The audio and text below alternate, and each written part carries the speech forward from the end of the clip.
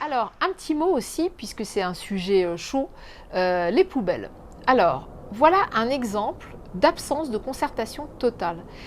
Il est bien évident qu'il faut s'orienter vers la gestion des déchets en moins, c'est-à-dire mieux les gérer, diminuer les volumes, les trier, bien sûr. Ça, tout le monde est d'accord là-dessus.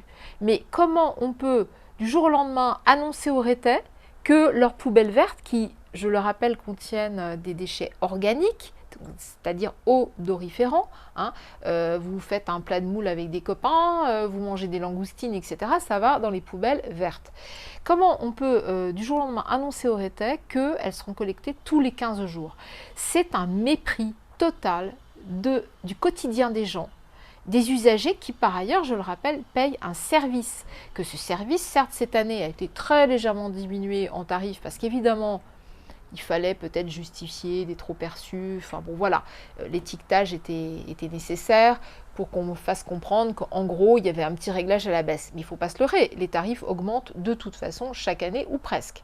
Donc ce service ne va pas diminuer en termes de prix, par contre il diminue en termes de qualité. Alors moi je suis tout à fait d'accord pour dire, ok, moi je veux bien trier mes déchets, mais dans ce cas-là, il faut me mettre une benne pas très loin pour que je puisse porter mes poubelles dans une benne collective, parce que moi je ne vais pas garder juste à proximité de ma porte des poubelles pendant 15 jours qui vont dégager une odeur pestilentielle, qui vont attirer d'ailleurs des bestioles.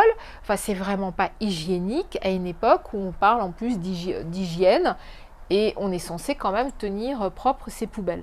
D'autre part, il y a aussi un risque que les longs week-ends ou les week-ends, parce qu'il ne faut pas oublier que même hors saison, il y a des week-ends où il y a du monde à Île-de-Ré de plus en plus, eh bien ces poubelles vont rester souvent dans la rue, avec des poubelles à côté parce que ça va déborder. Résultat, les chats errants vont éventrer ces poubelles. Ça va être absolument horrible.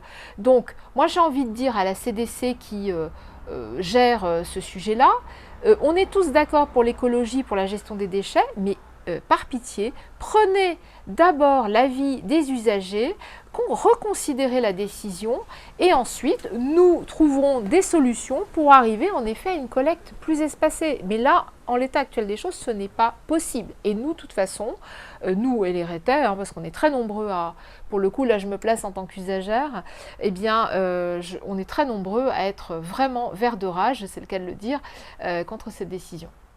Alors l'écologie, bien sûr, la gestion des déchets, tout à fait d'accord, le tri des déchets encore plus, mais on ne peut pas impacter le quotidien des gens du jour au lendemain sans solution en face. Ça, c'est la première chose. C'est exactement comme si on disait aux gens, ah ben, au nom de l'écologie et du rationnement de l'eau, on va vous fournir de l'eau potable un jour sur deux. Comme ça, du jour au lendemain.